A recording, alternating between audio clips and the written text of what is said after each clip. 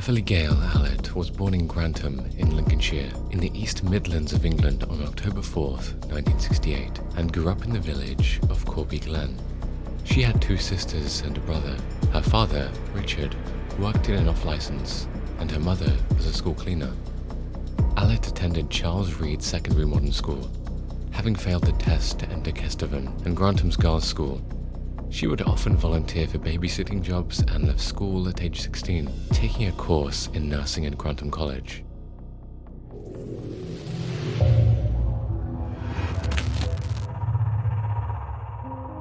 By all accounts, neither her parents nor their other children saw anything particularly disturbing in Beverly's behavior. As a child or teenager, neighbors have recalled the young Beverly volunteering for every babysitting job. On the whole, they have spoken with affection of the girl who hugged babies, and with bewilderment of the woman who killed them. As a child, Beverly often turned up at school with apparent injuries. School friends were impressed by her fortitude. She was her teacher's favorite, yet at least one friend half suspected a sham. She would never know what was under the bandage and got accused of inventing injuries. But whether the injuries were mythical or real but self-inflicted, hindsight suggests Munchausen syndrome. Identified in 1951 by Richard Asher, it is named after an 18th century German baron who regaled dinner guests with fanciful tales of heroic deeds, many of which caused him injury. Dr. Asher wrote in The Lancet, "The most remarkable feature of the syndrome is the apparent senselessness of it. Many of their falsehoods seem to have little point. They lie for the sake of lying. The motivation might be a desire to be the center of interest and attention, or a grudge against doctors and hospitals, which is satisfied by frustrating or deceiving them." The number of Munchausen syndrome sufferers is thought to be small, as is those with an allied condition. Munchausen syndrome by proxy, in which the sufferer inflicts injuries, including terminal ones, on others, usually young and helpless, then appears to make heroic efforts on their behalf. Nurse Allitt had both syndromes, yet even after she began killing babies, deceiving some medical colleagues, arousing the suspicion of others, she went untreated. At home she behaved well, helping with chores and saving her babysitting money. But on entering her teens, her illnesses multiplied. According to Murder on Ward 4 by Nick Davies, every week she had something wrong with her. Stomachache, headache, neckache, backache, cuts, bruises. Bev always had some story about her illnesses, how she'd fallen off a horse or been knocked off her bike by a passing car, or she'd burned her leg or gashed her arm. When not explaining the reason for her arm being in a sling, Beverly gushed about her planned nursing career. Leaving school at 16 with an O-level in food and nutrition and CSEs in English, French, biology and maths, she went to Grantham College on a pre-nursing course, calling into the Fighting Cocks at night. She was there when she met Stephen Briggs in 1987. A tall neighborhood worker 1 year her junior, Stephen was unsure of Beverly until she more or less demanded that she became his girlfriend. He bought her a ring, but she declined to set a date for marriage. They had sex once a month. Beverly refused to hold his hand in public. There were violent fights, in which Stephen was kneed in the groin. Among her lies was a claim that an earlier boyfriend had raped her. Other things take on retrospective significance. In 1988, when she started training at Grantham, she developed a preference for the company of a female student, announcing that Stephen Biggs had AIDS. Another lie. The pattern of ill-explained injuries repeated itself. There were odder things. Talking to other nurses, Beverly claimed that a poltergeist had stuck a carving knife into a pillow, set the bathroom curtains on fire, and fed tablets to her landlady's dog. At one stage, police were called in to investigate a kitchen fire and the appearance of human feces in the refrigerator. A few casualty nurses at Grantham Hospital thought she would benefit from psychiatric help, but kept their thoughts to themselves. At her first job interview in 1990, she was turned down. She was the only nurse on her course to fail to get a job immediately on qualifying. Boston Hospital turned her down on the grounds of insufficient experience. But back at Grantham Hotel, there was a severe staff shortage on the children's ward. Allitt begged for a chance to do further training there. She was given a 6-month contract. Her parents were pleased that their daughter's primary ambition was at least being realized.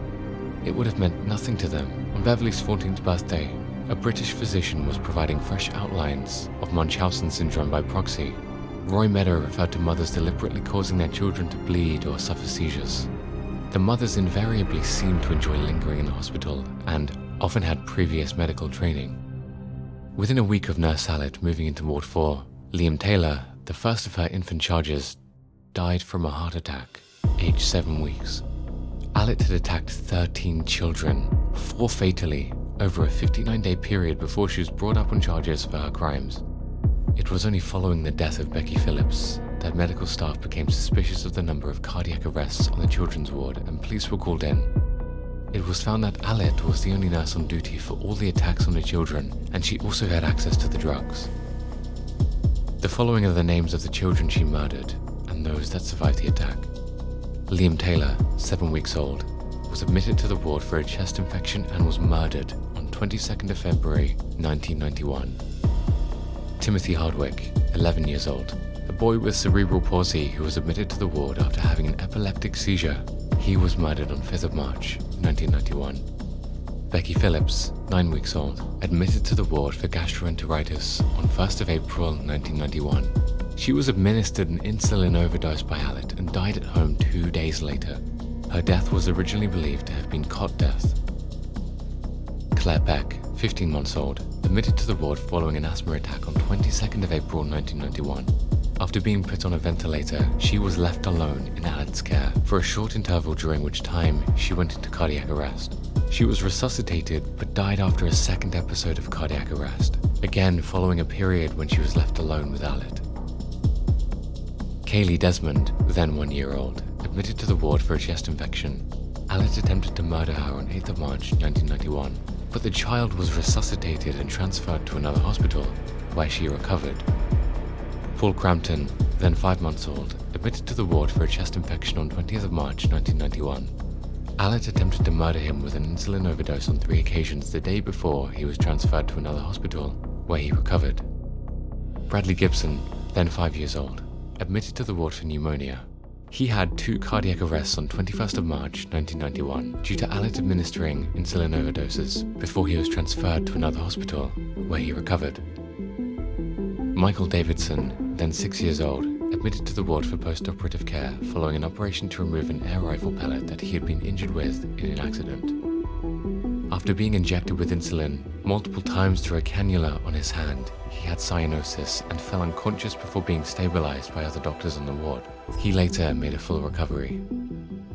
Yik Hung Chan, also known as Henry, then 2 years old, admitted to the ward following a fall on 21st of March 1991. He had an oxygen desaturation attack before he was transferred to another hospital, where he recovered.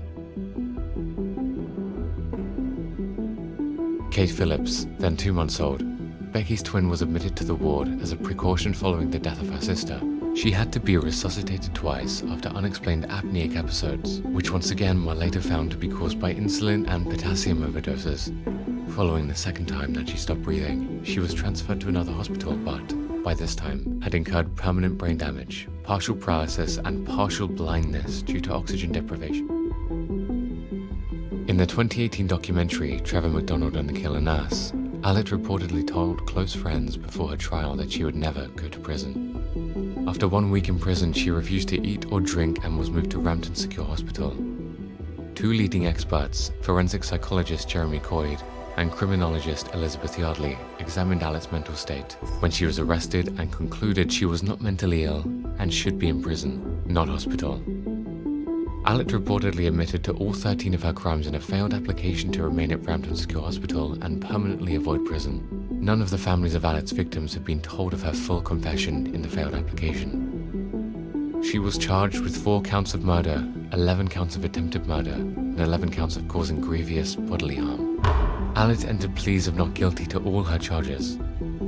On 20th of May 1993, she was found guilty on each charge and sentenced to 13 concurrent terms of life imprisonment, which she is serving at Rampton Secure Hospital in Nottinghamshire.